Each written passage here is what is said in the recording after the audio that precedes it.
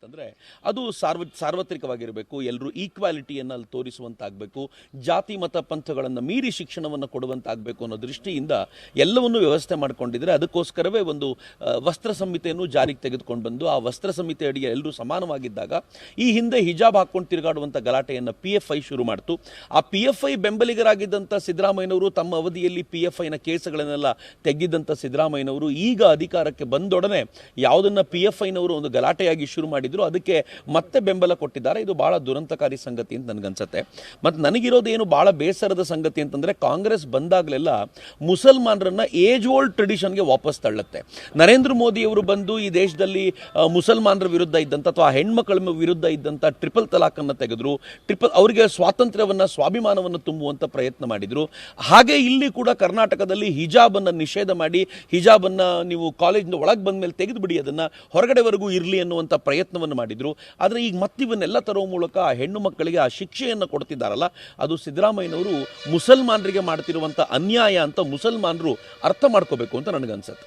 ಸರಿ, ಈಗ ಮುಂದೆ ಹೆಂಗೆ ಸರ್ ಇದ್ರ ಬಗ್ಗೆ? ಈಗ ಸಾಕಷ್ಟು ಕಡೆ ಈಗ ಅಶೋಕ್ ಅವರು ಹೇಳ್ತಾ ಇದ್ದಾರೆ ಮಕ್ಕಳಿಗೆ ಕೇಸರಿ ಹಾಕೊಳ್ಳೋಕ್ಕೂ ಅವಕಾಶ ಕೊಡಿ ಮತ್ತೆ ಹಿಜಾಬ್ ಕೊಟ್ಟರೆ ಅಲ್ಲ, ಇದು ಈ ಹಿಂದೆಯೂ ಗಲಾಟೆ ಆಗಿದೆ. ನೀವು ಹಿಜಾಬ್ಗೆ ಅನುಮತಿ ಕೊಟ್ಟರೆ ನಾವು ಕೇಸರಿ ಹಾಕ್ಕೊಂಡು ಬರ್ತೀವಿ ಅಂತ, ಮತ್ತು ಕೇಸರಿ ಶಾಲ್ ಹಾಕ್ಕೊಂಡು ಎಲ್ಲ ಕಡೆ ಕಾಲೇಜ್ ಮಕ್ಕಳು ಈಗ ಬರ್ಲಿಕ್ಕೆ ಶುರು ಮಾಡಿದರೆ ಇದು ಇನ್ನೊಂದು ಥರದ ವೈರುಧ್ಯಕ್ಕೆ ಡೆಫಿನೆಟ್ಲಿ ಕಾರಣ ಆಗುತ್ತೆ. ಸಿದ್ದರಾಮಯ್ಯನವರು ಈ ಥರದೊಂದು ಕಿಡಿಯನ್ನು ಹಚ್ಚಿಟ್ಬಿಟ್ಟಿದ್ದಾರೆ. ಹಿಂದಿನ ಸರ್ಕಾರ ಹೇಗಾದರೂ ಮಾಡಿ ಅದನ್ನು ತಡೆಯೋ ನಿಟ್ಟಿನಲ್ಲಿ ಸುಪ್ರೀಂ ಕೋರ್ಟ್ನಲ್ಲಿ ತಾನು ತೆಗೆದುಕೊಂಡು ಬಂದ ನಿರ್ಣಯವನ್ನು ಸುಪ್ರೀಂ ಕೋರ್ಟ್ ಕೂಡ ಎತ್ತಿಡಿದಾಗ ಇಡೀ ರಾಜ್ಯ ಇಡೀ ದೇಶ ಅದನ್ನು ಸಂಭ್ರಮಿಸಿತ್ತು. ಈಗ ದುರಂತದ ಸಂಗತಿ ಅಂತಂದರೆ ಕಾಂಗ್ರೆಸ್ ಗೌರ್ಮೆಂಟೇ ಇದನ್ನು ತಂದಿರೋದ್ರಿಂದ ಬಹುಶಃ ಈ ಥರದ ಏನು ಗಲಾಟೆಗಳು ಕಾಲೇಜಿನ ಮಕ್ಕಳಲ್ಲಿ ಸಹಜವಾಗಿ ಹುಟ್ಟುವಂಥ, ಇದನ್ನೇನು ಅಶೋಕ್ ಅವ್ರು ಮಾಡಬೇಕು BJP ಅವ್ರು ಮಾಡಬೇಕು ಅಂತಿಲ್ಲ, ಸಹಜವಾಗಿ ಹಿಜಾಬ್ ಹಾಕ್ಕೊಂಡು ಕೆಲವು ಹೆಣ್ಮಕ್ಳು ಬಂದಾಗ ಅದಕ್ಕೆ ಪೂರಕವಾಗಿ ಮುಸ್ಲಿಂ ಹುಡುಗರು ನಡ್ಕೊಂಡಾಗ ಹಿಂದೂ ಹುಡುಗರು ಕೂಡ ಅದಕ್ಕೆ ವಿರುದ್ಧವಾಗಿ ತಮ್ಮದೇ ಆಗಿರುವಂಥ ಒಂದು ಬಣ್ಣವನ್ನು ಬಟ್ಟೆಯನ್ನು ಅವ್ರು ಆಯ್ಕೆ ಮಾಡಿಕೊಂಡ್ರೆ ಯಾರೂ ವಿರೋಧಿಸ್ಲಿಕ್ಕೆ ಸಾಧ್ಯ ಇಲ್ಲ ಅಂತ ನನಗನ್ಸುತ್ತೆ. ಸರಿ, ಎಲ್ಲೋ ಒಂದು ಕಡೆ BJP ಅವರು ಮಾಡ್ತಾ ಇರೋದಕ್ಕೆ ಒಟ್ಟು ವಿರೋಧ ಮಾಡಬೇಕು, ವಿರೋಧಿಸಬೇಕು ಅನ್ನುವಂಥ ನಿಟ್ಟಿನಲ್ಲಿ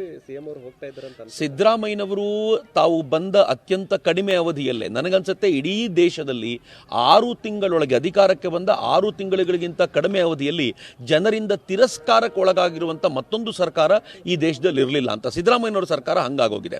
ಈಗ ಅವ್ರಿಗೆ ಏನಿದೆ ಅಂತಂದರೆ ಈ ತುಷ್ಟೀಕರಣದ ಮೂಲಕ ತಾವು ಏನಾದರೂ ಕೆಲವರಿಗೆ ಒಪ್ಪಿಸುವ ಮೂಲಕ ಕೆಲವರಿಗೆ ಏನಾದರೂ ಕೊಡ್ತೀವಿ ಅಂತ ಹೇಳೋದ್ರ ಮೂಲಕ ತಾವು ಅವರ ಮತವನ್ನು ಗಳಿಕೆಗೆ ಏನು ಮಾಡಬೇಕು ಅಂತ ನಿಶ್ಚಯ ಮಾಡಿದ್ದಾರೆ.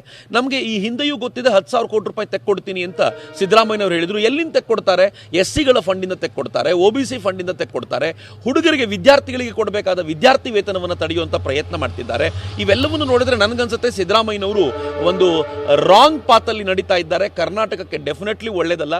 ಕರ್ನಾಟಕವನ್ನು ಕಷ್ಟಪಟ್ಟು 25 ವರ್ಷ ಮುಂದಕ್ಕೆ ತಗೊಂಡು ಹೋಗಿದ್ರೆ ಇವರು ಅದನ್ನು 50 ವರ್ಷ ಹಿಂದಕ್ಕೆ ತೆಗೆದುಕೊಂಡು ಹೋಗಿ ನಿಲ್ಲಿಸ್ಲಿಕ್ಕೆ ಏನೇನು ಬೇಕೋ ಆ ಎಲ್ಲ ಪ್ರಯತ್ನ ಮಾಡ್ತಿದ್ದಾರೆ ಅಂತ ಅನ್ಸುತ್ತೆ. ನನಗೆ ಇದರಿಂದ ಭಾಳ ಏನು ನಿರೀಕ್ಷೆ ಏನೂ ಇಲ್ಲ. ನಾನು ಸಿದ್ದರಾಮಯ್ಯನವರ ಗೌರ್ಮೆಂಟ್ ಬಂದಾಗಲೇ ನಾನು ತುಂಬ ಸ್ಪಷ್ಟವಾಗಿ ಹೇಳಿದ್ದೆ. ಕಾರವಾರದಲ್ಲಿ ಒಂದ್ಸಲ ಮಾತನಾಡ್ತಿರುವಾಗ ಎಲ್ಲ ಪತ್ರಕರ್ತರ ಎದುರುಗಡೆ ನಾನು ಆಗಲೇ ಹೇಳಿದೆ, ಸಿದ್ದರಾಮಯ್ಯನವರು ಬಂದಾಗ ನಿಜವಾಗಿಯೂ ಹಿಂದೂಗಳಿಗೆ ಈ ಥರದ ಅನೇಕ ಸಮಸ್ಯೆಗಳನ್ನು ಎದುರಿಸಲಿಕ್ಕೆ ಸಿಗುತ್ತೆ ಅಂತ. ಆದರೆ ದುರಂತ ಈ ಸರ್ಕಾರ ಹೇಗಿದೆ ಅಂತಂದರೆ, ನಾನು ಮೀಡಿಯಾಕ್ಕೆ ಮಾತಾಡಿರುವ ಮಾತನ್ನು ತೆಗೆದು ಅವರು ಪ್ರೈಮಾ ಫೇಸಿ ಇದೇ ಸಾಕು ನಮಗೆ ಅಂತೇಳಿ ಪೊಲೀಸರೇ ಅವರು ಸುಮೋಟೋ ಕೇಸನ್ನು ತೆಗೆದುಕೊಂಡಿದ್ದಿದೆಯಲ್ಲ, ಅದು ಭಾಳ ದುರಂತಕಾರಿ ಸಂಗತಿ ಅಂತ. ಅಂದರೆ ಮಾತನಾಡುವಂತಿಲ್ಲ ಅಂತ. ಇಷ್ಟಾದರೂ ಕೂಡ ನಾವು ಇದನ್ನು ಮಾತಾಡ್ತೀವಿ, ಇದನ್ನು ಸಮಾಜದ ಮುಂದೆ ತೆಗೆದುಕೊಂಡು ಹೋಗ್ತೀವಿ, ಸಮಾಜಕ್ಕೆ ಗೊತ್ತಾಗುತ್ತೆ. ಅದು ಬರೀ ಹಿಂದೂ ಸಮಾಜಕ್ಕಲ್ಲ, ಹಿಂದೂ ಸಮಾಜಕ್ಕಂತೂ ಸಿದ್ದರಾಮಯ್ಯನವರು ಮತ್ತು ಕಾಂಗ್ರೆಸ್ ಪಕ್ಕ ಮುಸ್ಲಿಂ ಪಾರ್ಟಿ ಅಂತ ಅರ್ಥ ಆಗೋಗಿದೆ. ಆದರೆ ಇವತ್ತು ಮುಸಲ್ಮಾನ್ ಸಮಾಜಕ್ಕೂ ಗೊತ್ತಾಗುತ್ತೆ, ಆ ಹೆಣ್ಮಕ್ಳಿಗೂ ಗೊತ್ತಾಗುತ್ತೆ ನಮ್ಮನ್ನು ಉದ್ಧಾರ ಮಾಡಲಿಕ್ಕೆ ಇವರು ಮಾಡ್ತಾ ಇರೋದಲ್ಲ, ಇವರು 100% ನಮ್ಮನ್ನು ಹಿಂದಕ್ಕೆ ತೆಗೆದುಕೊಂಡು ಹೋಗಲಿಕ್ಕೆ, ಹಿಂದುಳಿದವರನ್ನಾಗಿ ಮಾಡಲಿಕ್ಕೋಸ್ಕರ ಈ ಪ್ರಯತ್ನ ಮಾಡ್ತಿದ್ದಾರೆ ಅಂತ ಅವರಿಗೂ ಅರ್ಥ ಆಗುತ್ತೆ. ಅದನ್ನು ಕನ್ವಿನ್ಸ್ ಮಾಡುವಂಥ ಪ್ರಯತ್ನವನ್ನು ಉದ್ದಕ್ಕೂ ಮಾಡ್ತೀವಿ. ತರುವಂಥ ಮತ್ತು ಈಗಾಗಲೇ ನೇರವಾಗಿ ಹೇಳ್ತಾ ಇದ್ದಾರೆ ಚಕ್ರವರ್ತಿ ಸುಲಿಬೆ ಅವರು, ಕಾಂಗ್ರೆಸ್ ಒಂದು ರೀತಿ ಮುಸ್ಲಿಂ ಪಾರ್ಟಿ ಆಗ್ತಿದೆ ಅಂತ. ಈಗ ಚಕ್ರವರ್ತಿ ಸುಲಿಬೆಲೆ ಹೇಳ್ತಾರೆ ಮುಸ್ಲಿಂ ವೋಟ್ಗಳನ್ನು ಪಡೆಯಬೇಕು ಅಂತ ಇದೆಲ್ಲವೂ ಕೂಡ ಮಾಡ್ತಾ ಇದ್ದಾರೆ. ಅದರಲ್ಲೂ ಮುಸ್ಲಿಂ ಹೆಣ್ಮಕ್ಳನ್ನು ಹಿಂದಕ್ಕೆ ತೆಗೆದುಕೊಂಡು ಹೋಗುವಂಥ ಪ್ರಯತ್ನವನ್ನು ಮಾಡ್ತಿದ್ದಾರೆ ಅಂತ ಹಿಜಾಬ್ ವಿಚಾರವಾಗಿ ಹಿಜಾಬ್ ವಾಪಸ್ ನಿರ್ಧಾರಕ್ಕೆ ಚಕ್ರವರ್ತಿ ಸುಲಿಬೆಲೆ ಮಾತನಾಡಿದ್ದಾರೆ. ಕಾಂಗ್ರೆಸ್ ಮುಸ್ಲಿಮರ ಪಕ್ಷವಾಗಿ ಮಾರ್ಪಟ್ಟಿದೆ, ಹೀಗಾಗಿ ನಾವು ಹೆಚ್ಚಿನ ನಿರೀಕ್ಷೆಯನ್ನು ಮಾಡೋದಕ್ಕೆ ಸಾಧ್ಯ ಇಲ್ಲ ಅನ್ನುವಂಥದ್ದು ಚಕ್ರವರ್ತಿ ಸುಲಿಬೆಲೆ ಅವರ ಮಾತು.